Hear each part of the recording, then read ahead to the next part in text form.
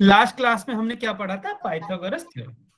चलिए फिर स्टार्ट करते हैं अब हम इस क्लास में। जैसा कि आपको पता था कि हम ज्यामिति से रिलेटेड कुछ कॉन्सेप्ट पढ़ रहे हैं जो कि आपको बुक के, अच्छा दिनेश कुमार के नाम से जो भी बच्चा, प्लीज म्यूट कर लीजिए अपने आप को।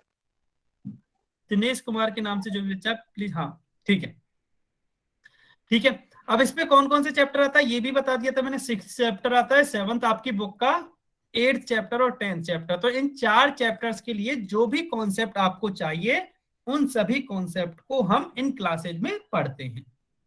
अगर मैं पिछली क्लास की बात करूं तो पिछली क्लास में बिल्कुल काफी बच्चों ने सही आंसर किया था कि हमने पाइथागोरस थ्योरम पढ़ी थी, पाइथागोरस प्रमेय पढ़ी थी। और हमने ये पढ़ा था कि जो पाइथागोरस प्रमेय होती है वो केवल समकोण त्रिभुज पर लागू होती है, वो केवल समकोण त्रिभुज पर लागू होती है। ठीक है। अब इसमें फिर हम यूज क्यों करते हैं, पाइथागोरस प्रमेय यूज क्यों करते हैं? किसी भी समकोण त्रिभुज की यदि हमें कोई भी 2 भुजाएं दे रखी हो तो पाइथागोरस प्रमेय का उपयोग करके हम उसकी तीसरी भुजा भी निकाल सकते हैं। ठीक है। इसको हमने बहुत ही आसानी से समझा था, बहुत ही डिटेल में समझा था। तो चलिए अब हम एक क्वेश्चन कर लेते हैं। आपको क्वेश्चन अपनी स्क्रीन पर दिख रहा होगा, सभी को इसका आंसर पोल सेक्शन में जाके देना है। मैं चैट ऑफ कर रहा हूं अभी के लिए। अभी के लिए मैंने चैट ऑफ कर दी है। सभी बच्चे इस क्वेश्चन का आंसर पोल सेक्शन में देंगे। क्वेश्चन वही है, पिछली क्लास में जो हमने कॉन्सेप्ट डिस्कस किया था उसी पर बेस्ड है। सभी बच्चे इसका जो आंसर है वो पोल सेक्शन में देंगे, ये आपको ध्यान रखना है। कोई भी बोल के नहीं बताएगा, कोई भी इसका आंसर बोल के नहीं बताएगा।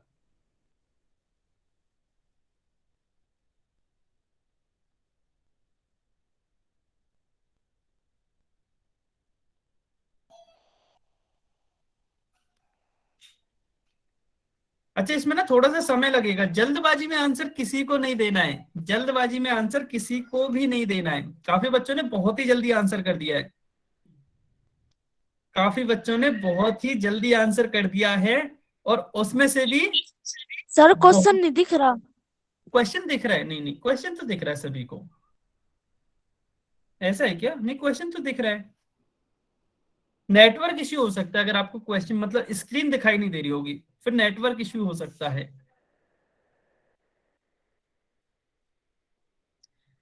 बहुत बढ़िया, काफी बच्चे आंसर दे चुके हैं। अच्छा मैं फिर से कह रहा हूं, आप समय ले लीजिए कोई बात नहीं, लेकिन इस क्वेश्चन को एक ही बार में सही से सॉल्व करने की कोशिश कीजिए।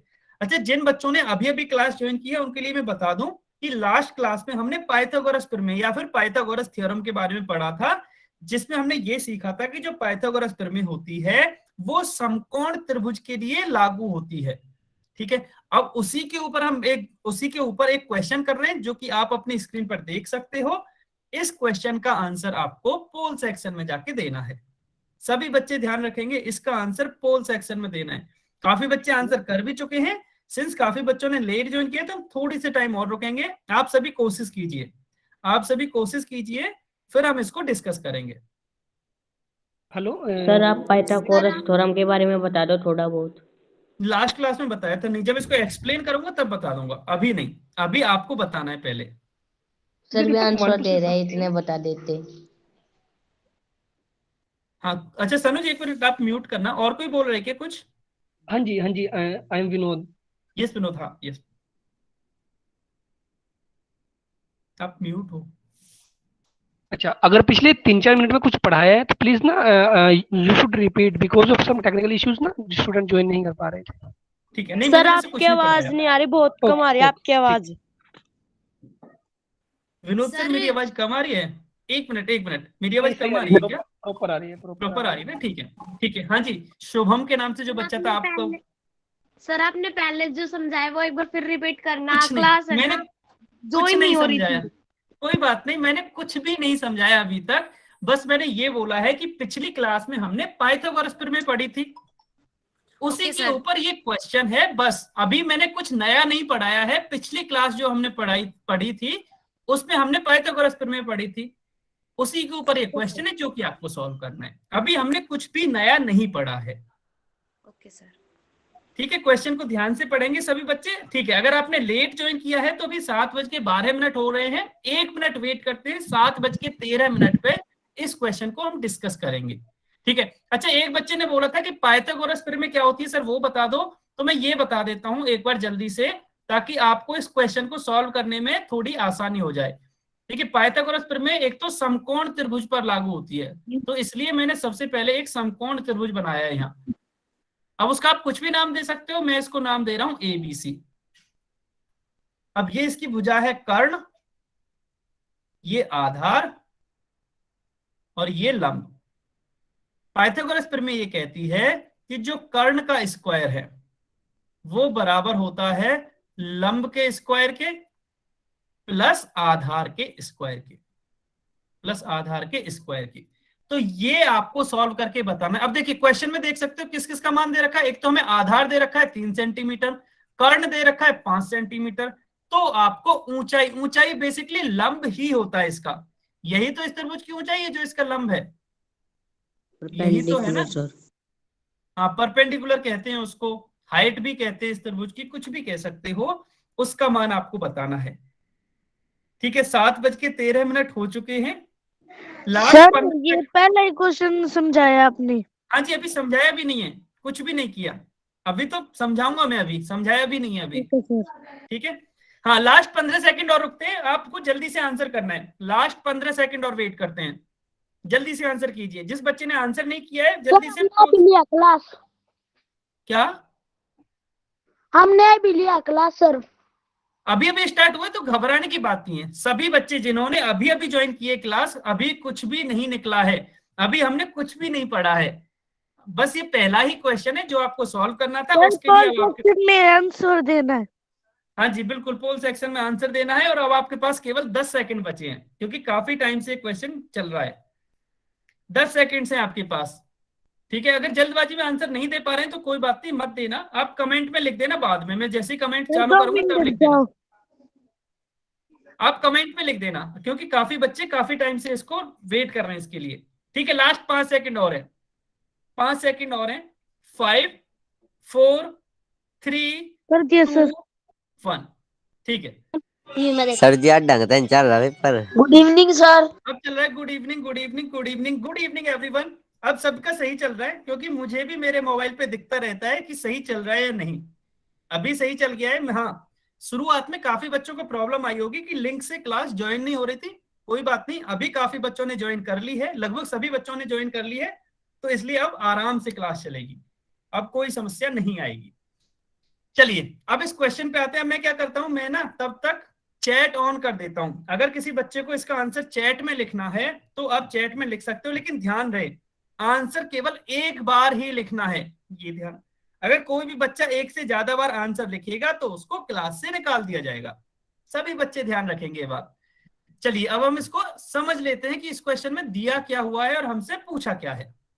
देखिए इस क्वेश्चन में हमें ये दे रखा है कि एक समकोण त्रिभुज है, तो हमने समकोण त्रिभुज तो ये बना लिया।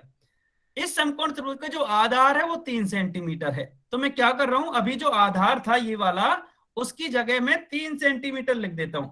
आधार की जगह क्या लिख देता हूं, 3 सेंटीमीटर, क्योंकि आधार 3 सेंटीमीटर है और जो कर्ण है वो 5 सेंटीमीटर है। तो मैं क्या कर रहा हूं कि कर्ण को यहां से मिटा के इसकी जगह लिख दे रहा हूं मैं 5 सेंटीमीटर। ठीक है, ठीक है। अब हमें क्या बताना है, त्रिभुज की ऊंचाई। मैंने यही बताया कि जो त्रिभुज का लंब होता है वही उसकी ऊंचाई होती है। ठीक है, वही उस त्रिभुज की। चैट बंद कर दूं? ठीक है, अभी चैट काफी बच्चों ने आंसर कर दिया तो चैट मैंने बंद कर दी है। चलिए अब हमें क्या निकालना है, लंब निकालना है ना। इसके लिए हमें कर्ण पता है और आधार पता है, तो चलिए अब हम इनकी वैल्यूज रखते हैं। कर्ण की वैल्यू क्या है 5, तो ये हो जाएगा 5 का स्क्वायर, प्लस लंब की वैल्यू क्या है, लंब की हमें नहीं पता, अच्छा प्लस नहीं है, इक्वल आएगा, सॉरी, हाँ ये इक्वल आएगा। लंब की वैल्यू क्या है, लंब की वैल्यू कुछ नहीं है, तो मैं इसको एज इट इज लिख देता हूं, लंब का स्क्वायर, प्लस आधार की वैल्यू क्या है 3, तो ये आ जाएगा 3 का स्क्वायर। अब 5 का स्क्वायर, ये तो अब सबको याद होगा कि 5 का 25 होता है, ये यहाँ लंब का स्क्वायर एज इट इज रहेगा, और 3 का स्क्वायर होता है 9। ठीक है, अगर मैं यहां से लंब का स्क्वायर निकालना चाहूं तो वो निकलेगा 25 माइनस 9, 25 माइनस 9 जो कि है 16। अब कमेंट में ये बताइए, आप कमेंट में लिख के कि 16 कौन सी संख्या का वर्ग होता है, 16 कौन से नंबर, 16 कौन से नंबर का स्क्वायर होता है, बहुत बढ़िया, 16 होता है 4 का स्क्वायर। इसका मतलब मैं ये लिख सकता हूं कि लंब का स्क्वायर बराबर हो जाएगा 4 का स्क्वायर। बहुत बढ़िया, ठीक है, मैं चैट बंद कर रहा हूं। सभी का आंसर एकदम सही है। हाँ, अंकित कुमार के नाम से जो भी बच्चा है ना, आपने बहुत सारे कमेंट कर दिए। ये लास्ट वार्निंग है, अगर आपने फिर से ऐसे ही कमेंट किया तो फिर क्लास से निकाल देंगे। अंकित कुमार के नाम से जो भी बच्चा है ना। सर करण को सर तो मान दिया गया था ना। और ये 1 मिनट, हाँ एक एक करके बोलना। हाँ जी बोलिए। सर करण का मान तो दिया गया था ना 5 हाँ, सेंटीमीटर। कर्ण का मान तो मैंने दिया ही है ना, कर्ण का तो ये लिखा है ना 5। तो सर लंबाई का निकालना था। लंब, हाँ वही तो, लंब निकालना था। अब हमारे पास ये इक्वेशन आ गई थी। अब हमने क्या किया कि लंबाई को तो एक साइड रखा, ठीक है, क्योंकि इसकी वैल्यू हमें निकालनी है और जो वैल्यू पता है वो दूसरी साइड कर दी। तो जब हम 9 को दूसरी साइड लेके गए तो माइनस का 9 हो जाएगा और इसको हम लिख सकते हैं 25 माइनस 9। ये मिल गया हमें 16 के सर यही बराबर। भी चल रहा था मैं, क्या? यही भी चल रहा था सर। Okay sir. अब आ गए ना, ठीक है, कोई बात नहीं। लंब का स्क्वायर 4 के स्क्वायर के बराबर है। तो अब कमेंट में मत बताइए, तो हमने कल सीखा ही था कि लंब हो जाएगा फिर 4 सेंटीमीटर के बराबर। 4 सेंटीमीटर क्यों लिखा? क्योंकि सेंटीमीटर मैंने इसलिए लिखा क्योंकि जो बाकी की लंबाइयां हैं, कौन कौन सी, आधार भी सेंटीमीटर में है और कर्ण भी सेंटीमीटर में है, इसलिए लंब भी सेंटीमीटर में हो जाएगा और ये हो गया 4 सेंटीमीटर। तो ऑप्शन ए हमारा करेक्ट होगा, ऑप्शन ए करेक्ट होगा। अच्छा, मैं फिर से वही स्क्रीन दिखा देता हूं जहां सॉल्यूशन किया था। सभी को कमेंट में लिख के ये बताना है कि आपको समझ में आया या नहीं आया। मैंने कमेंट्स चालू कर दिए हैं, यस और नो। आपको अच्छा, बोल के नहीं बताना प्लीज, क्योंकि बोल के बताते हो तो पूरी क्लास डिस्टर्ब होती है। यस बहुत सर। बढ़िया। भारत, अच्छा अगर कोई बच्चा ये सोचे कि उसका नाम पता नहीं चलता तो रिकॉर्डिंग हो रही है, उसको मैं बता दूं। अगर कोई बोल रहा है तो रिकॉर्डिंग में आ जाता है सब कुछ। सर एक बार फिर समझा दो। हाँ, फिर से समझा दूंगा, ये बात मानी। लेकिन यस और नो बोलने के लिए अच्छा, आप ये कमेंट वंश वंश शर्मा की आईडी से जो भी बच्चा ज्वाइन है, मैं आपको रिमूव कर रहा हूँ क्योंकि आप बहुत बार टाइप कर रहे हैं उसमें। ये लास्ट वार्निंग दे रहा हूँ मैं अदरवाइज मैं आपको रिमूव कर दूंगा। हाँ जी बिल्कुल। वंश शर्मा के नाम से जो भी बच्चा है, आपने ना बहुत सारे कमेंट कर दिए हैं। अच्छा मैं, ठीक है, थोड़ा सा समय इस पे लेता हूँ। आपके बहुत सारे कमेंट करने से क्या होता है ये बताओ? कोई फायदा होता है? नहीं ना, बस बाकी के बच्चे डिस्टर्ब होते हैं और उनको भी फिर समझ में नहीं आता। किसी भी क्लास का मतलब क्या होता है, उद्देश्य क्या होता है किसी भी क्लास का, कि सभी को समझ में आए, यही ना। अगर आप एक ही बच्चा बहुत सारे कमेंट करेगा तो बाकी के बच्चे डिस्टर्ब होंगे ना, फिर उनको भी समझ में नहीं आएगा। इसलिए सभी बच्चे ध्यान रखेंगे कि अगर आपको कमेंट करना है तो एक ही बार करो। अगर कोई बच्चा एक से ज्यादा बार कमेंट कर रहा है मतलब वो क्लास को डिस्टर्ब करना चाह रहा है, और अगर कोई ऐसा करेगा तो अब तो उसको क्लास से बाहर निकाल ही दिया जाएगा। सभी बच्चे ध्यान रखेंगे इस बात का, ठीक है। चलिए वापस क्वेश्चन पे आते हैं। ठीक है, मैं शुरू से समझा देता हूं। हमें यह दिया था कि यदि किसी समकोण त्रिभुज में, तो पहले तो हमें समकोण त्रिभुज बनाना पड़ेगा, तो मैंने यहां समकोण त्रिभुज बनाया, ठीक है। अब इसका मैंने नाम दिया, आप कुछ भी नाम दे सकते हो, मैं इसको नाम दे देता हूं XYZ। आप इसको ABC PQR या अपने हिसाब से कुछ भी नाम दे सकते हो, ठीक है। इसमें हमें दे रखा है कि इसका जो आधार है और जो कर्ण है वो क्रमशः 3 और 5 है। इसका मतलब जो आधार है वो 3 है और जो कर्ण है वो 5 है। तो मैंने आधार 3 लिख दिया, कर्ण लिख दिया 5। ये वाला कोण 90 है, तभी ये कर्ण होगा। अब हमें इस त्रिभुज की ऊंचाई बतानी थी, तो जो समकोण त्रिभुज होता है उसकी जो ऊंचाई होती है वो लंब के बराबर होती है। जो त्रिभुज का जो लंब होता है वही उसकी ऊंचाई होती है। अब ये कैसे निकालेंगे? देखिए यहां में क्लियरली दिख रहा है कि समकोण त्रिभुज की 2 भुजाएं हमें पता है और तीसरी भुजा निकालनी है। तो इसी के लिए तो हमने पाइथागोरस प्रमेय पढ़ी थी, और वो क्या थी? पाइथागोरस प्रमेय थी कि कर्ण का स्क्वायर जो होता है वो लंब के स्क्वायर और आधार के स्क्वायर के योग के बराबर होता है, ठीक है। अगर आपको ये पता है तो आप अब इसको कैलकुलेट करना है, और वो आप आसानी से कर सकते हो। कैसे? कर्ण का मान कितना है? 5, तो कर्ण को मैंने लिख दिया 5, 5 का स्क्वायर बराबर लंब कितना है? लंब हमें पता नहीं, ये तो निकालना है, तो मैं इसको एज इट इज लिख देता हूं। उसके बाद आधार कितना है? आधार हो गया 3, तो 3 का स्क्वायर। अब 5 का स्क्वायर पता है? बिल्कुल पता है, 5 का स्क्वायर होता है 25। लंब का स्क्वायर ये तो हमें निकालना है, लंब निकालना है यहां से, ठीक है। 3 का स्क्वायर होता है 9, ठीक है। अब मैं क्या करूंगा, अब मैं इस 9 को दूसरी साइड ले जाता हूं, क्यों? क्योंकि मुझे लंब चाहिए ना। तो मैं जब 9 को इधर लाया तो ये हो जाएगा 25, तो एज इट इज है। अब 9 को जब मैं इधर लाया तो माइनस का हो जाएगा, बराबर लंब का स्क्वायर। या इसी इक्वेशन को मैं उल्टा करके भी लिख सकता हूं, क्योंकि ये समीकरण है तो मैं इसको ऐसे भी लिख सकता हूं कि लंब का स्क्वायर बराबर 25 माइनस 9, और 25 माइनस 9 करने पे आता है 16। ठीक है, अब ये हमने ना कल काफी प्रैक्टिस की थी। यदि किसी संख्या का स्क्वायर 16 है, मतलब लंब का स्क्वायर 16 है, तो लंब कितना होगा? तो ये होगा 4 के बराबर। इस पे मैं ज्यादा टाइम नहीं ले रहा हूं, क्योंकि इसके बारे में लास्ट क्लास में हमने काफी अच्छे से डिस्कस किया था। अब ये 4, इसमें यूनिट क्या आएगी, इसकी इकाई क्या होगी? तो सब में इकाई सेंटीमीटर है, इसमें भी सेंटीमीटर हो जाएगा। तो जो लंब आया है वो आया है 4 सेंटीमीटर। ठीक है, तो इस तरह से जो ऑप्शन ए है वो हमारा करेक्ट हो जाएगा। ऑप्शन ए हमारा करेक्ट हो जाएगा। चलिए अब हम आगे बढ़ते हैं, आज का पहला कॉन्सेप्ट स्टार्ट करते हैं। अच्छा, आज ना एक नया कॉन्सेप्ट पढ़ेंगे, सर्वांग समता। अब आप में से काफी बच्चे बोलेंगे कि सर इसके बारे में तो हमने सुन रखा है। बिल्कुल सुन रखा होगा, क्योंकि आपने कुछ ने तो पढ़ भी रखा होगा। लेकिन कुछ बच्चे ऐसे होंगे जिनको सर्वांग समता नाम तो पता है, पर इसका शायद मतलब भूल गए हो। पढ़ा सब ने होगा, शायद भूल गए होंगे।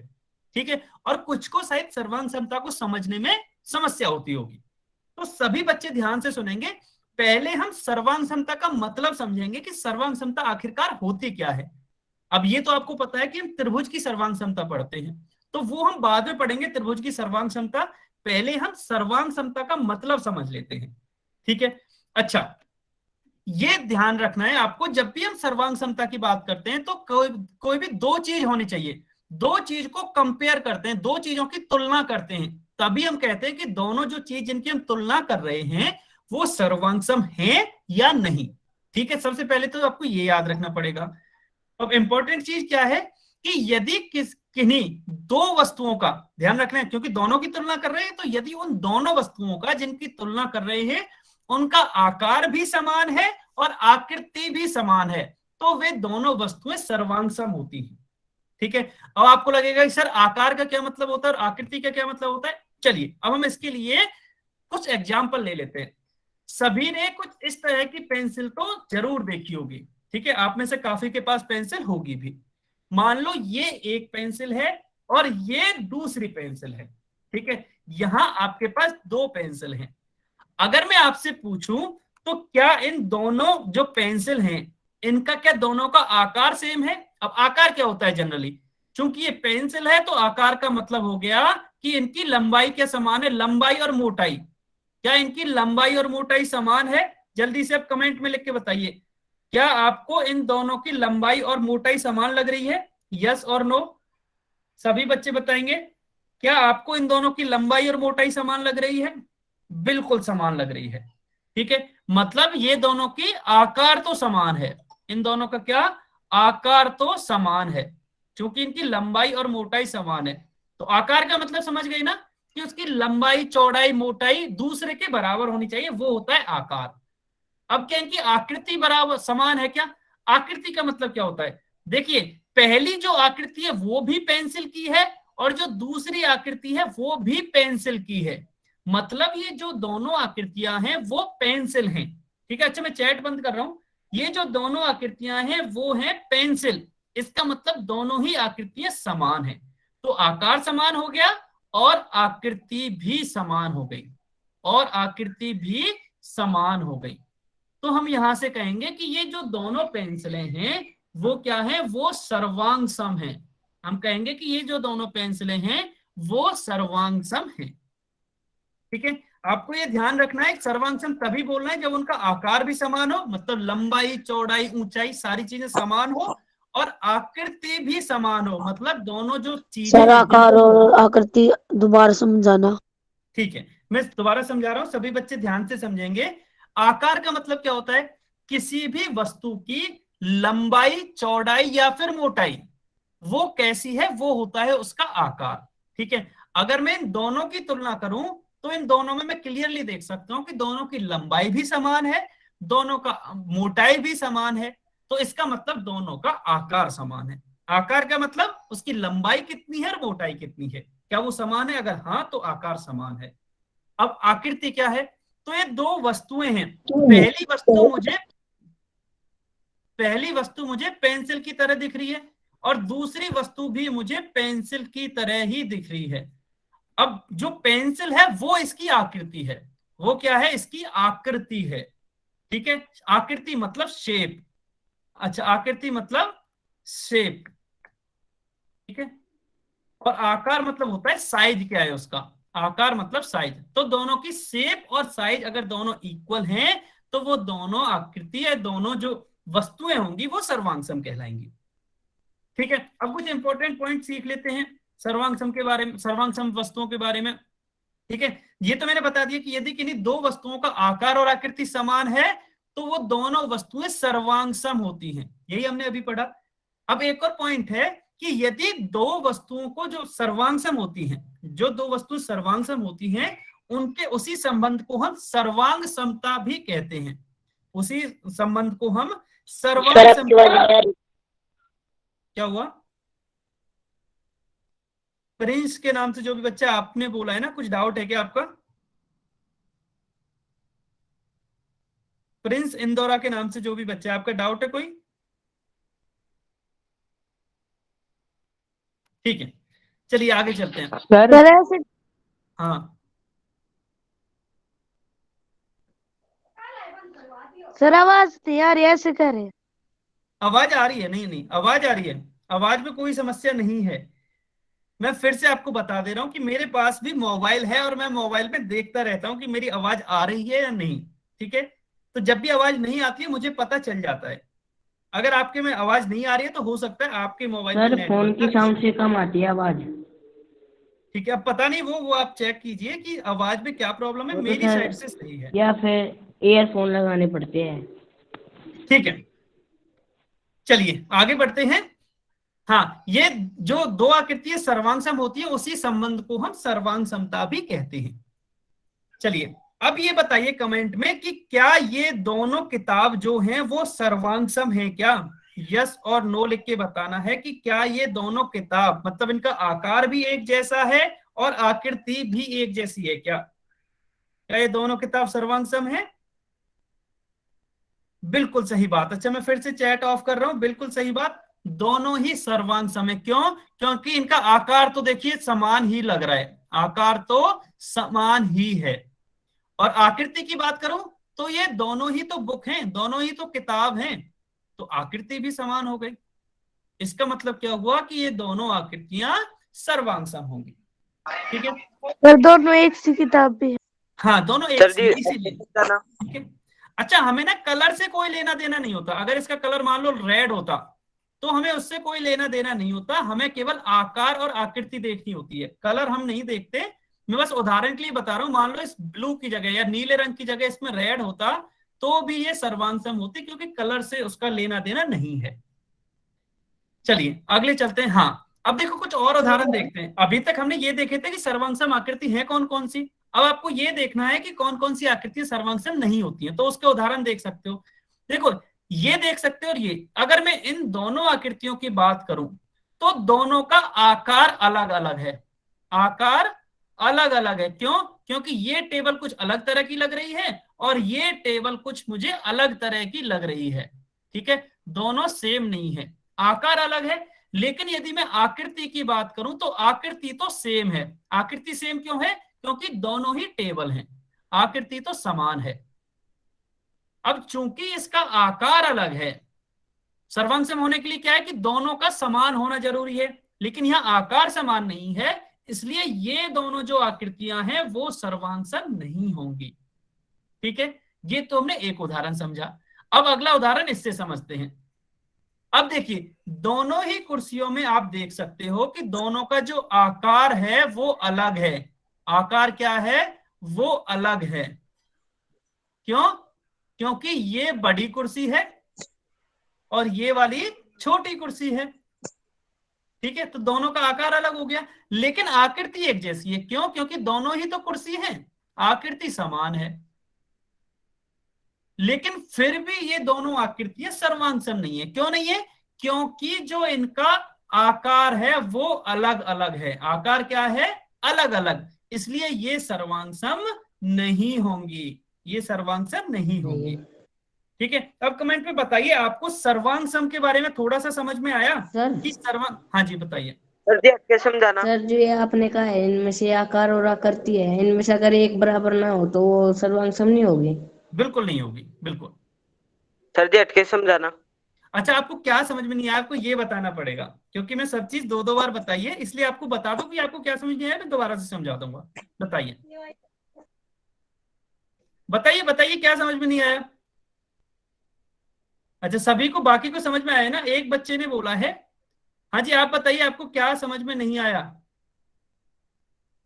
रोहन राठौड़, हाँ जी आप बताइए, आपने बोला है ना, क्या समझ में नहीं आई ये क्या? आकृति क्या है? हाँ ये समझ में आया, ठीक है। आकृति होती है कि जो भी वस्तु है वो किस तरह की दिखाई दे रही है, जो भी वस्तु है वो किस तरह की दिखाई दे रही है। जैसे ये है तो ये मुझे एक कुर्सी की तरह दिखाई दे रही है, कुर्सी या फिर चेयर बोलते हैं इसको। इसी तरह ये क्या है, ये भी कुर्सी है, ठीक है, इसको भी चेयर बोलते हैं। ठीक है, तो ये तो हो गई इसकी आकृति, मतलब वो जो भी वस्तु है वो किस तरह की दिखाई दे रही है। तो ये इसमें आकृति तो समान है, लेकिन आकार, मतलब यदि मैं इन दोनों का साइज देखूं तो ये तो है बड़ी कुर्सी और ये है छोटी कुर्सी, दोनों का आकार अलग अलग है, इसलिए ये क्या है, ये सर्वांग सम आकृति नहीं है। ठीक है, आया अभी समझ में? Yes sir. ठीक है, चलिए अब ये सभी को समझ में आ गया। अब आते हैं हम त्रिभुजों के बारे में। देखिए अभी तक जो हमने सर्वांग समता के बारे में पढ़ा वो इसलिए पढ़ा ताकि जब हम त्रिभुजों की सर्वांग समता के बारे में पढ़ें तो वो आपको आसानी से समझ में आ जाए। तो अभी तक तो हमने ये समझा है कि सर्वांग समता क्या होती है, अब हम ये सीखेंगे कि त्रिभुजों की सर्वांग समता क्या होती है। ठीक है, चलिए अब त्रिभुज क्या होते हैं कि यदि दो त्रिभुज समान आकार के हों तो वो क्योंकि त्रिभुज है तो आकृति तो समान ही होगी, अगर वो आकार में भी समान है तो वो दोनों त्रिभुज सर्वांग सम होंगे। अब आपको लगेगा कि सर आकार में समान का कैसे पता चलता है त्रिभुजों का कि वो आकार में समान है या नहीं। तो देखिए जो भी दो त्रिभुज आपको जो जिनकी तुलना करनी है कि वो सर्वांग सम है या नहीं, तो उन दोनों त्रिभुजों की आप तीनों भुजाओं को देखिए, तीनों साइड्स को देखिए, क्या वो बराबर हैं आपस में? अगर हाँ तो वो दोनों त्रिभुज सर्वांग सम होंगे। देखिए जैसे उदाहरण के लिए इसमें देखें तो इसमें यहां से देखो, ये वाली जो भुजा है 4 सेंटीमीटर, ये भी 4 सेंटीमीटर है, मतलब सर अगर पी क्यू सर आर आवाज नहीं आ रही त्रिभुज में आपकी। 4 सेंटीमीटर को 3 सेंटीमीटर और 3 सेंटीमीटर को 4 कर दिया जाए तो। अच्छा एक मिनट, पहले मैं इसको समझा लूं फिर आपके डाउट को। मैं समझ गया आप जो पूछ रहे हो, पहले मैं इसको पूरा समझा लूं फिर उसको भी समझाऊंगा। ठीक है, मैं समझ गया आपका जो डाउट है। और रही बात आवाज की, तो सर आवाज आपकी आ आवाज रही है, नहीं आ रही। आ रही है, क्योंकि तभी तो बच्चे डाउट पूछ रहे हैं। अगर आवाज नहीं आती तो कैसे बच्चे डाउट पूछते? सर कट के आ रही आवाज तो। नेटवर्क इशू हो सकता है ना, आप अपना कैमरा ऑफ कर आ रही है लीजिए सर। शायद आप। हाँ हाँ आ रही है, ठीक है ठीक है ठीक है, समझते हैं, कोई बात नहीं। वापस से उस पर आते हैं, पहले इसको मैं समझा देता हूँ कि सर्वांग समता क्या होती है, फिर एक बच्चे ने जो डाउट पूछा उस पर आएंगे। ठीक है, हाँ ये एक भुजा बराबर है, ठीक है। अगर मैं इसकी दूसरी भुजा देखूं 3 सेंटीमीटर, सॉरी ये 3 सेंटीमीटर यदि मैं देखूं तो इसकी ये दूसरी भुजा 3 सेंटीमीटर है, तो ये भी बराबर है। इसी तरह यदि मैं तीसरी भुजाएं को कंपेयर करूं तो ये 2 सेंटीमीटर है और ये 2 सेंटीमीटर है, ठीक है, तो भी ये बराबर हैं। इसका मतलब ये दोनों त्रिभुज कैसे हैं? सर्वांग सम हैं। ये दोनों त्रिभुज कैसे हैं? सर्वांग सम हैं। ये तो हो गई सर्वांग समता की बात। अभी एक बच्चे ने डाउट पूछा है कि सर अगर मान लो ये 4 की जगह 3 होता और ये 3 की जगह 4 होता, क्या ये तब भी सर्वांग सम होते? तो चलिए चेक कर लेते हैं। सर्वांग सम तब हमें क्या करनी होती है? भुजाओं की तुलना करनी होती है। देखिए इसमें ये भुजा 3 सेंटीमीटर है, क्या इसमें कोई भुजा 3 सेंटीमीटर है? बिल्कुल है, ये वाली भुजा 3 सेंटीमीटर है, ठीक है। इस वाले में ये वाली भुजा 4 सेंटीमीटर है, दूसरे वाले में ये भुजा 4 सेंटीमीटर है, मतलब ये भी बराबर है। पहले त्रिभुज में ये वाली भुजा 2 सेंटीमीटर है और इसमें ये वाली 2 सेंटीमीटर है, मतलब तीनों भुजाएं अब भी आपस में बराबर हैं, तो ये त्रिभुज अब भी सर्वांग सम होंगे। कैसे होंगे? ये त्रिभुज अब भी सर्वांग सम होंगे। ठीक है, आया? सभी बताएंगे। मैं अभी इसको चैट ऑन कर रहा हूं, अभी समझ में आया ना? अभी मैंने दोनों तरह से समझा दिया है। अभी जिस बच्चे का भी डाउट था उनको भी समझ में आ गया होगा। हमें ये नहीं देखना कि कहां से बराबर करना है, बस तीनों साइड कोई सी भी साइड के बराबर हो सकती है आपस में। अगर आपको बराबर दिख रहा है तो हाँ वो सर्वांग सम है। सर हाँ जी बताइए। जो इसकी आकृति बदली है सर, वो कैसे, मतलब आकृति कहाँ बदली है? आकृति कहाँ जैसे बदली? कि सर वो पहले तो एक जैसी दिख रही थी, अब इसकी वे साइड बदल दिया ना सर। अच्छा क्वेश्चन है। तो आपने बोला पहले एक जैसी दिख रही थी, तो एक जैसी दिखने से कोई मतलब नहीं है, हमें तो बस भुजाओं को देखना होता है। ठीक है, मैं फिर से इसको 3 कर देता हूं और इसको 4 कर देता हूं। ठीक है, बस मुझे ये देखना है कि क्या इन दोनों त्रिभुजों में जो तीनों भुजाएं वो आपस में बराबर हैं। मुझे उसका उल्टे साइड से या सीधे साइड से कोई मतलब नहीं है। ठीक है, अच्छा अगर आपको ना इसकी जगह, अभी तो आपने ये बोला है, इसकी जगह मान लो एक तीसरा त्रिभुज इस तरह के देके रखते हैं। ठीक है, मान लो ये वाला त्रिभुज होता ही नहीं। ठीक है, मान लो ये वाला त्रिभुज होता ही नहीं, इसकी जगह ये होता है PQR ये है, और इसमें ये 2 सेंटीमीटर है, ये 3 सेंटीमीटर है, और ये 4 सेंटीमीटर है। ठीक है, तो भी ये सर्वांग सम होता। क्यों होता? क्योंकि इनकी तीनों भुजाएं अब भी बराबर है। कैसे कि 4 सेंटीमीटर ये बराबर है इसके, ये 3 सेंटीमीटर बराबर है इसके, ये 2 सेंटीमीटर है बराबर है इसके, तो भी ये सर्वांग सम होता।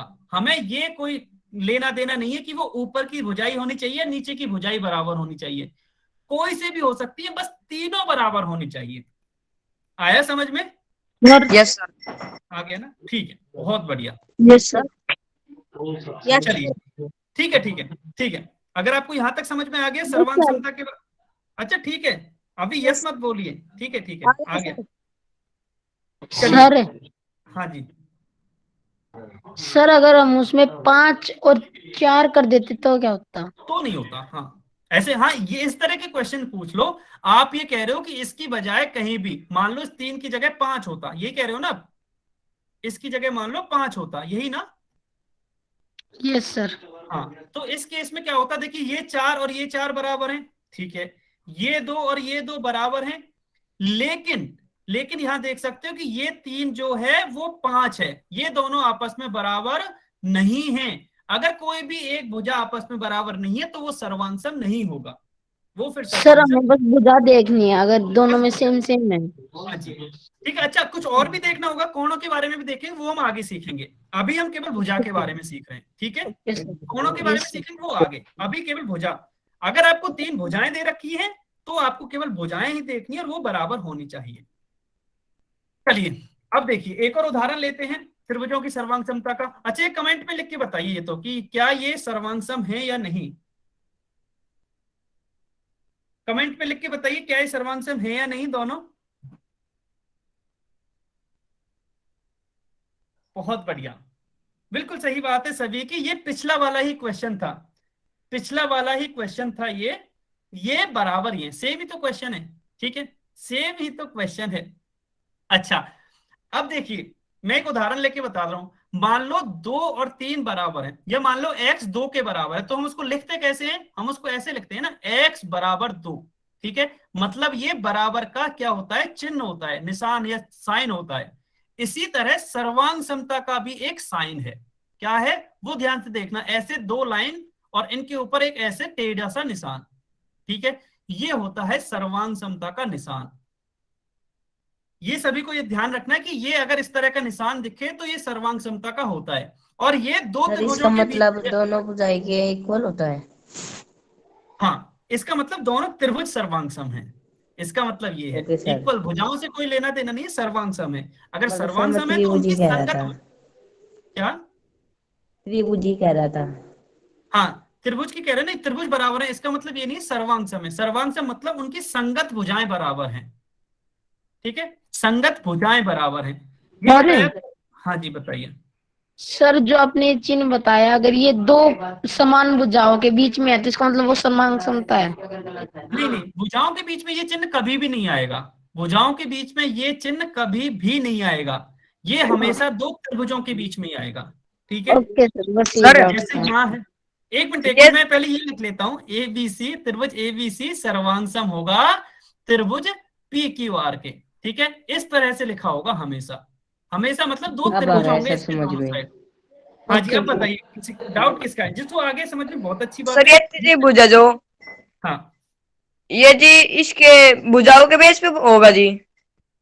हाँ, भुजाओं के बेस पे हुआ है अभी, अभी तो और भुजाओं जो के सर बेस पे। आकृति होगी, हाँ, तो वो आकार के बेस पे होगी। मैं समझा नहीं आपका डाउट, आकृति होगी मतलब? आकार के बेस पे होगी क्या सर वो? नहीं नहीं नहीं, अच्छा आपको क्या डाउट है, वो शायद इस तरह का है। देखिए ये सर्वांगसम क्यों होंगे दोनों त्रिभुज, क्योंकि इनकी आकृति तो समान है ही। आकृति समान क्यों, क्योंकि दोनों ही त्रिभुज है ना, तो आकृति तो समान हो गई। अब इनका आकार भी समान होना चाहिए सर्वांगसम होने के लिए। अब दो त्रिभुजों का आकार समान होने का क्या मतलब है, तो वही मैंने समझाया कि आकार समान होने का मतलब है कि उनकी तीनों भुजाएं आपस में बराबर हों। जैसे ये 4 4 के बराबर है, 2 2 के बराबर है और 3 3 के बराबर है, इसका मतलब इनका आकार भी बराबर हो गया। ठीक है, आकार बराबर हो गया तो इसका मतलब ये हो गया कि ये दोनों त्रिभुज सर्वांगसम होंगे, और ये सर्वांगसमता का निशान है या चिन्ह है। अभी क्लियर? अभी Yes, कमेंट sir. में लिख के बता सकते हो अभी क्लियर? आगे चलें, कमेंट में लिख के बता सकते हो अभी क्लियर ना सभी को? हाँ ठीक है, सर क्वेश्चन सॉल्व करवा लो। नहीं क्वेश्चन अभी कराएंगे, पहले पूरा समझ तो लें, पहले पूरा समझ ले फिर क्वेश्चन कराएंगे। अच्छा, आज की क्लास की अच्छी बात ये है कि आप अच्छे से डाउट पूछ रहे हो, तो बिना डिस्टर्ब किए ना आप इस तरह के डाउट पूछ लिया करो कभी भी। ये जब बोलते हो ना सर मुझे आवाज नहीं आ रही, मेरे स्क्रीन नहीं दिख रही, वो शायद आपके मोबाइल का इश्यू होता है हमेशा। ठीक है, तो अगर आपको कुछ बोलना है तो इस तरह के डाउट्स पूछ लो, जैसे अभी काफी बच्चों ने पूछे हैं कि ये समान कैसे होगा। हाँ जी, सर 10 मिनट एक्स्ट्रा लोगे? नहीं नहीं, ये काफी बच्चों सर के पास लेट मोबाइल 8 होगी। बजे तक रहता है। हाँ मुझे पता है, मैं अगली क्लास में कोशिश करूंगा कवर करने की, क्योंकि सभी बच्चों के पास मोबाइल 8 बजे, काफी बच्चे ऐसे हैं जिनके पास 8 बजे तक ही मोबाइल रहता है। ठीक है, सर इसलिए जैसे स्कूल की छुट्टी चल रही है, जब अच्छा सुबह इसके नहीं बारे ले में सकते क्लास के सर। लास्ट में डिस्कस करते हैं, सॉरी इसके बारे में क्लास के लास्ट में डिस्कस करते हैं, नहीं तो और टाइम चला जाएगा। सर अगर त्रिभुजों की जगह वर्ग होते तो? नहीं जी, केवल त्रिभुजों की बात करते हैं, जब भी आप सर्वांग समता पढ़ोगे तब हमें केवल त्रिभुजों की बात होगी। ठीक है, जब भी आप सर सर्वांग इस समता, सर्वांग समता में वर्ग नहीं आएगा? वो आपके सिलेबस में नहीं होगा। आपको जो पढ़ना है वो त्रिभुजों की ही सर्वांग समता पढ़नी है, और आपको कुछ नहीं पढ़ना है इसके अलावा सर्वांग समता में। ये त्रिभुज की सर्वांग ओके सर। समता है। हाँ जी, केवल त्रिभुज की ही सर्वांग समता पढ़नी पड़ेगी आपको, और कुछ नहीं है। हाँ, और किसी का कोई डाउट है? आगे चलें? ठीक है, अब आगे चलते हैं। अच्छा, अब देखिए, अब जो मैं पढ़ाऊंगा ना वो थोड़ा सा इंपॉर्टेंट है, तो सभी ध्यान से समझेंगे। अगर आपको कोई डाउट होगा तो आप अपना डाउट पूछेंगे। ठीक है, अब इसमें क्या होता है कि जो दो त्रिभुज सर्वांगसम होते हैं उनके जो संगत शीर्ष होते हैं वो करस्पॉन्डिंग शीर्ष कैसे कैसे देखते हैं वो आपको पता चलेगा। देखिए इसमें क्या दे रखा है, जो ए बी सी है वो पी क्यू आर के सर्वांगसम है। इसका मतलब जो शीर्ष ए का संगत शीर्ष है ना, वो इसका, जैसे ए क्या है, इस वाले में पहला अक्षर है, इसमें जो पहला अक्षर है पी, तो ए जो संगत होगा वो होगा पी के, क्यू या आर के संगत नहीं हो सकता। इसी तरह दूसरा शब्द क्या है इसमें, बी, या दूसरा अक्षर क्या है बी, और इधर दूसरा क्या है क्यू, तो बी जो संगत होगा वो क्यू के संगत होगा। इसी तरह तीसरा क्या है इसमें, तीसरा है सी, और इधर है तीसरा आर, तो जो सी है वो संगत होगा आर के। ठीक है, मतलब क्या हुआ कि यदि दो त्रिभुज सर्वांगसम हैं तो जो पहला शीर्ष सबसे पहले लिखा होता है, इसमें आकृति से नहीं देखना, जब आपको इस तरह से दिया जाए तो आपको जो लिखा है वो देखना है कि जो पहला लिखा हुआ है वो पहले वाले के संगत होगा, जो दोबारा लिखा हुआ है वो दूसरे वाले के संगत होगा, जो इधर तीसरे पे लिखा हुआ है वो तीसरे वाले के संगत होगा। अब ये काम कहाँ आएगा, थोड़ा आगे चलते हैं आपको समझ में आ जाएगा। अभी आपको केवल इतना समझना है कि कौन सा शीर्ष कौन से शीर्ष के संगत होगा। ठीक है, चलिए अब अगला देखते हैं। अगला फिर संगत भुजाओं का भी देख लेते हैं। अब देखिए भुजाएं, संगत भुजाएं कैसे कैसे देखते हैं। भुजाएं दो अक्षरों से मिलकर बनी होती है। जैसे यदि मैं इसकी बात करूं तो ये ए सी हो गई, मतलब ये ए और सी से मिलकर बनी है। इसी तरह दो अक्षरों से मिलकर बनी होती है। तो देखिए भुजाएं कैसे वो होती है संगत, जैसे भुजा यहाँ ए बी, अगर मैं दो अक्षर लूं स्टार्टिंग के, तो इधर से भी स्टार्टिंग के दो अक्षर लिए जाएंगे। मतलब जो ए बी है वो पी क्यू के संगत होगा। ठीक है, इसी तरह यदि मैं अगले दो अक्षर लूं, बी और सी को लूं, तो इधर से भी ये लास्ट के दो अक्षर आ जाएंगे, मतलब जो भुजा बीसी है वो क्यू आर के संगत होगी।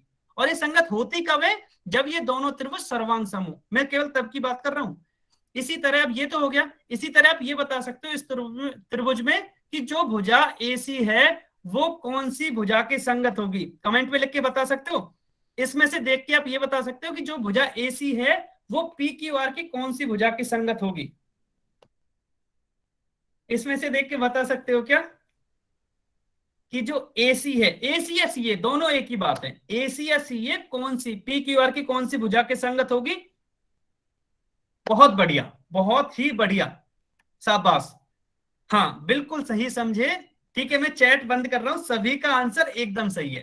ठीक है, मैंने क्या पूछा था कि जो भुजा AC है, तो AC क्या है? पहले और तीसरे से मिलकर बनी है, तो ये P और R पहले और तीसरे से, मतलब जो AC है वो तीसरे PR के संगत होगी। या इसको AC को हम CA भी लिख सकते हैं और PR को हम RP भी लिख सकते हैं। तो जो CA है वो RP के संगत होगी। तो इस तरह से तो भुजाएं संगत होती हैं। अच्छा, अभी तो ये था। अब मान लो मैंने लिखा है कि जो त्रिभुज ABC है वो सर्वांग सम है त्रिभुज QRP के। ये ध्यान रखना है। अभी देखो नाम लिखना कितना इंपॉर्टेंट है त्रिभुजों का। अब आप बता सकते हो कि भुजा, इस वाले में भुजा AB कौन सी भुजा के संगत है। रेड वाले में बताना है आपको भुजा AB कौन सी भुजा के संगत होगी। जो मैंने अभी लिखा है उसमें बताना है आपको, उसमें बताना है कि भुजा AB कौन सी भुजा के संगत होगी। सेवा है ओ तो बता। हाँ जी मुकेश गोस्वामी जी, आप म्यूट कर लो अपने आप को। हाँ बहुत बढ़िया, बहुत ही बढ़िया, शाबाश। सभी का आंसर एकदम सही है कि जो मैंने तो AB म्यूट है। पर रखा है। नहीं, अभी आपने अनम्यूट कर लिया था। ठीक है, बहुत बढ़िया। मैंने कमेंट्स फिर से बंद कर दिए। आपने बिल्कुल सही समझा कि जो AB है वो QR स्टार्टिंग के दो अक्षरों से जो मिलके बना है इसके संगत होगी। ठीक है, अब ये कहां काम आएगा कि मुझे कौन कौन सी लेना है। इसका मतलब ये है कि देखो इसको तो मैंने लिख दिया ABC, त्रिभुज ABC। मैंने ये बोला ना कि ये दोनों त्रिभुज सर्वांग सम है। ठीक है, इसका मतलब अगर त्रिभुज ABC सर्वांग सम PQR है, ठीक है, तो ये तभी होगा जब AB PQ के बराबर हो। यानी कि मान लो AB क्या है, ठीक है, इसको पहले मैं इरेज कर देता हूं। मान लो AB 5 है, PQ भी 5 है। ठीक है, BC 4 है, QR 4 है, और AC अगर AC 6 कह लेते हैं, AC 6 है और PR भी 6 है। ठीक है, तब हम ये कहेंगे, देखो यहां से भी देख सकते हो कि जो BC है वो QR के इक्वल है, तो जो BC है वो QR के इक्वल है। ठीक है, लेकिन अभी मैंने बोला कि यदि त्रिभुज ABC जो है वो PQR के बजाय त्रिभुज QPR के संगत हो जाए। महेंद्र सिंह जी आप प्लीज म्यूट कर लीजिए ये अपने सवाल आप को। दोबारा से। अभी पूरा हुआ ही कहाँ है, समझा ही तो रहा हूं मैं, हुआ कहाँ है अभी पूरा। हाँ मैं बस ये कह रहा हूँ। ठीक है, मैं दोबारा से सर समझाता आपने हूँ। पूरी क्लास में एक ही क्वेश्चन पूछा है ना। कोई बात नहीं, क्वेश्चन से क्वेश्चन कल की क्लास में काफी सारे करेंगे। इंपॉर्टेंट ये है कि आप कॉन्सेप्ट समझ जाओ ना। अगर आप आज कॉन्सेप्ट समझ गए तो कल फिर हम बहुत सारे क्वेश्चंस करेंगे। ठीक है, हाँ मैं ये कह रहा था कि इसका मतलब तो ये हो गया। लेकिन अभी त्रिभुज यदि ABC को मैं PQR की बजाय QPR के सर्वांग सम लिख दूं या कुछ और के सर्वांग सम लिख दूं, तो इस केस में क्या है कि जो भुजा AB है वो QP के बराबर होगी। ठीक है, मतलब अगर AB 5 है तो PQ मतलब ये भी 5 होगी। और जो भुजा BC है, जो भुजा BC है वो इस बार PR के बराबर होगी। मतलब अगर ये BC 5 है तो QR 4 है, BC अगर 4 है तो QR 4 नहीं होगा, नहीं PR के बराबर है तो PR 4 होगा। ठीक है, फिर QR किसके बराबर होगा तो देख लेते हैं कि QR किसके बराबर होगा। तो मैं इसको इरेज कर देता हूं। यहां से अगर आप देखोगे तो जो QR है पहले और तीसरे अक्षर से मिलकर बना है, और यहां से पहले और तीसरे से मिलकर बनेगा AC। तो जो QR है ये वाला वो AC के बराबर होगा। अब मान लो ये 6 है तो ये भी 6 हो जाएगा। ठीक है, ये समझ में आया। अब ये बताओ, ये समझ में आया कि जो भी सर्वांग सम त्रिभुज हैं उनका नाम लिखना सही से क्यों जरूरी है। सर्वांग सम त्रिभुजों का नाम लिखना सही से क्यों जरूरी है। यहां हमने पी क्यू आर लिखा था और यहाँ क्यू पी आर लिखा है, दोनों का मतलब अलग अलग है। बहुत बढ़िया, अगर आपको ये समझ में आया ठीक है, ठीक है, बहुत बढ़िया। मैंने फिर से चैट ऑफ कर दी है, ठीक है। अच्छा, विजेंद्र वशिष्ठ के नाम से जो भी बच्चा है आपको ना क्लास से निकाला जा रहा है क्योंकि आपने अननेसेसरी कमेंट किया है, ठीक है। तो कुमारेश सर या कुमारेश सर या विनोद सर जो भी क्लास में, प्लीज विजेंद्र वशिष्ठ के नाम से जो भी बच्चा है उनको क्लास से रिमूव कर दीजिए। ठीक है, ठीक है, थैंक यू। हाँ जी, विजेंद्र वशिष्ठ के नाम से जो, क्योंकि अननेसेसरी अगर कोई भी ऐसे कमेंट करेगा तो क्लास से निकाल दिया जाएगा। चलिए अब हम आते हैं संगत कोण पर। देखिए हमने भुजाओं की बात कर ली और संगत नहीं आ रही आपकी संगत शीर्ष। आवाज आ रही है? आपको शुरू से ही आवाज नहीं आ रही थी, क्लास के शुरू से, अभी भी आवाज आ रही है सभी को। अब हम संगत शीर्ष कोणों की बात करते हैं। संगत शीर्ष की बात कर ली और संगत भुजाओं की बात कर ली। ऐसे ही संगत कोणों के बारे में भी बिल्कुल ऐसे ही होता है। जैसे आप ये देख के बता सकते हो कि जो कोण बी है वो कौन से कोण के संगत होगा, कमेंट में लिख के बताइए। जैसे अभी भुजा और शीर्ष देखे थे उसी तरह से ये बता सकते हो कि जो बी है वो कौन से, ए के बराबर नहीं, ए के बराबर कैसे हो जाएगा, या ए के संगत। त्रिभुज ए बी सी का कोण बी त्रिभुज पी क्यू आर के कौन से कोण के संगत होगा। बहुत बढ़िया। अच्छा ये तो लिखा हुआ है ना वैसे भी, बहुत बढ़िया, ठीक है, ठीक है, ठीक है।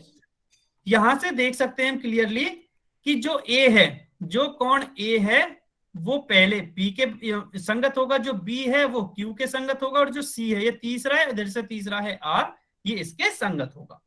ठीक है, इस तरह हमने ये सीख लिया कि यदि दो त्रिभुज सर्वांग सम होते हैं तो उनके शीर्ष किस तरह से संगत होते हैं, उनकी भुजाएं किस तरह से संगत होती हैं, और उनके कोण किस तरह से संगत होते हैं। ठीक है, ये सीख लिया। तो चलिए अब हम आगे बढ़ते हैं। अब आता है फाइनली जो त्रिभुजों की हम सर्वांग समता पढ़ते हैं उनके अलग अलग नियम। ठीक है, तो पहला नियम है एस एस एस प्रतिबंध। इससे पहले ये बताइए आपको सर्वांग समता समझ में आई कि नहीं आई? सर्वांग समता सभी को समझ में आई कि नहीं आई? Yes sir. सभी कमेंट में लिख के बता दो, बोल के कोई नहीं बताएगा, क्योंकि बोल के बताते हो तो फिर डिस्टरबेंस होता है काफी। ठीक है, अच्छा अगर आपको सर्वांग समता समझ में आई है ना, अब चूंकि ज्यादा टाइम बचा नहीं है, अच्छा ठीक है, चलिए ज्यादा टाइम नहीं बचा, फिर भी हम जल्दी से समझ लेते हैं क्वेश्चन। अभी क्वेश्चन के लिए शायद इतना टाइम बचा नहीं है, मैं फिर भी कोशिश करता हूं, अगर कवर हो गया तो क्वेश्चन देंगे। देखिए जैसे त्रिभुजों की, अब जैसे आपने किसी बच्चे ने पूछा था ना कि सर क्या जो तीनों भुजाएं बराबर हो तभी सर्वांग सम होते हैं क्या? नहीं, और भी कुछ कंडीशन होती हैं, तो उन सभी कंडीशंस के बारे में अब हम पढ़ेंगे। अब क्यों पढ़ेंगे? क्योंकि अब तक हमने सर्वांग समता के बारे में पढ़ रहे थे कि आखिर सर्वांग समता होती क्यों, क्या है। अब हम देखेंगे कि ये कब कब होती है सर्वांग समता, मतलब उसकी क्या क्या कंडीशंस होती हैं। तो पहली तो सेम ही है, एस एस एस प्रतिबंध। एस का मतलब होता है, समझ में नहीं आ रहा, आपकी आवाज ना आ रही। अच्छा कुमारी सर एक बार, हाँ अंकित कुमार के नाम से बच्चा, हाँ थैंक यू। ठीक है, एस एस एस का मतलब क्या होता है? Side side side. ठीक है, तीनों एस का मतलब होता है साइड, और साइड को हिंदी में कहते हैं भुजा, भुजा भुजा प्रतिबंध। मतलब जो सर्वांग समता का पहला प्रतिबंध है, जो पहला नियम है, वो होता है भुजा भुजा भुजा प्रतिबंध। अब ये क्या होता है इसके बारे में अभी हमने सीखा, वही होता है इससे क्या, कि यदि किसी त्रिभुज की तीनों भुजाएं, यदि किसी त्रिभुज की तीनों भुजाएं किसी अन्य त्रिभुज की तीनों भुजाओं के बराबर है, तो वो दोनों त्रिभुज एस एस एस यानी कि भुजा भुजा भुजा प्रतिबंध से सर्वांग सम होते हैं। अच्छा यहां से हमने नया क्या सीखा?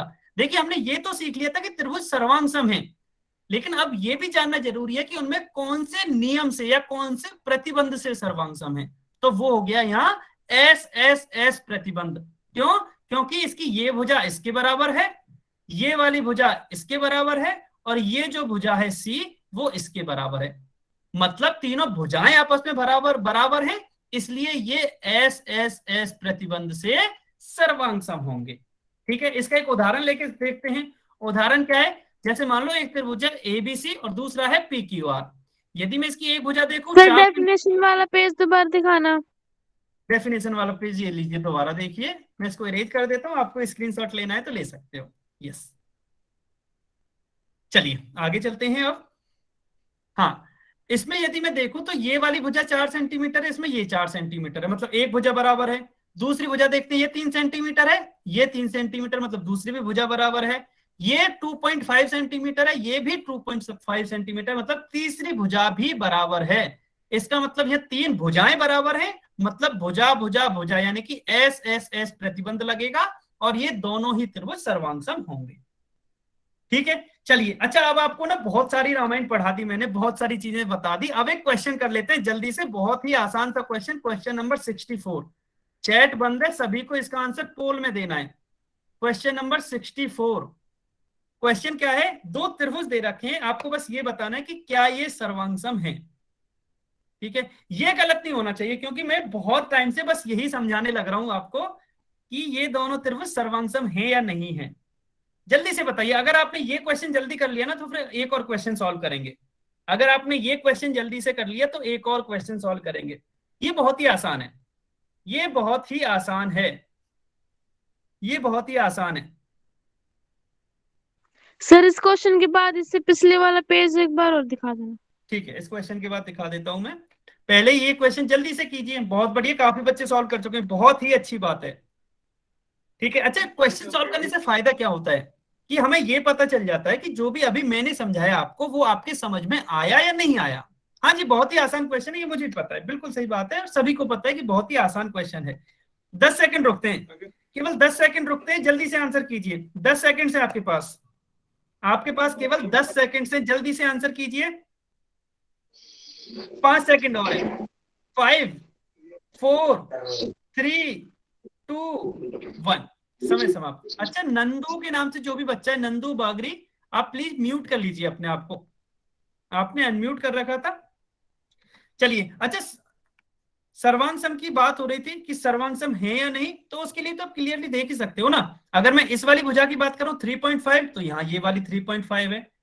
दूसरी भुजा 7.1 है, ये भी 7.1 है। यहाँ एक भुजा 5 सेंटीमीटर है, ये 5 सेंटीमीटर है, मतलब तीनों भुजाएं तो आपस में बराबर हैं, इसका मतलब ये तो सर्वांगसम होगा। ठीक है, तो ऑप्शन ए करेक्ट है। अच्छा, एक बच्चे ने पिछली स्लाइड की बोली थी, तो ये वाली पिछली स्लाइड है, अगर किसी को स्क्रीनशॉट लेना हो तो। ठीक है, चलिए अब हम अगले उस पर चलते हैं। ये क्वेश्चन, इसका ऑप्शन ए करेक्ट हो गया। अब देखिए, अभी जो मैंने अभी नाम बताया था ना कि कौन कौन सी भुजाएं आपस में संगत होंगी, कौन कौन सी वो होंगी, तो वो बराबर होती हैं बेसिकली। जैसे बराबर ही तो है, जैसे इसके संगत कौन सी भुजा है, 3.5 ये है, ये 3.5, मतलब जो पी क्यू है वो इसके संगत है ए बी के।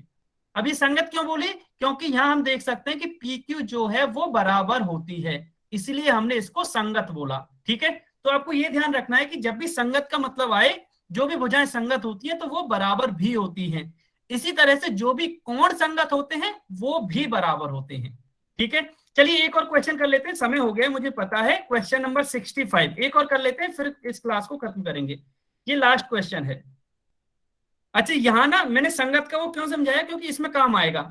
आप चित्र के आधार पर आंसर मत देना, नहीं तो गलत हो जाएगा। कौन कौन से त्रिभुज सर्वांगसम है उसके आधार पर बताना है आपको कि बीसी की लंबाई क्या होगी। आप इसके आधार पर देखिए कि बीसी किसके बराबर होगा और फिर आंसर कीजिए। ठीक है, सभी बच्चे आंसर कैसे करेंगे कि ये जो सर्वांगसम है दोनों त्रिभुज, इसके आधार पर देखिए कि बीसी जो है वो किसके बराबर होगा और फिर आपको आंसर करना है।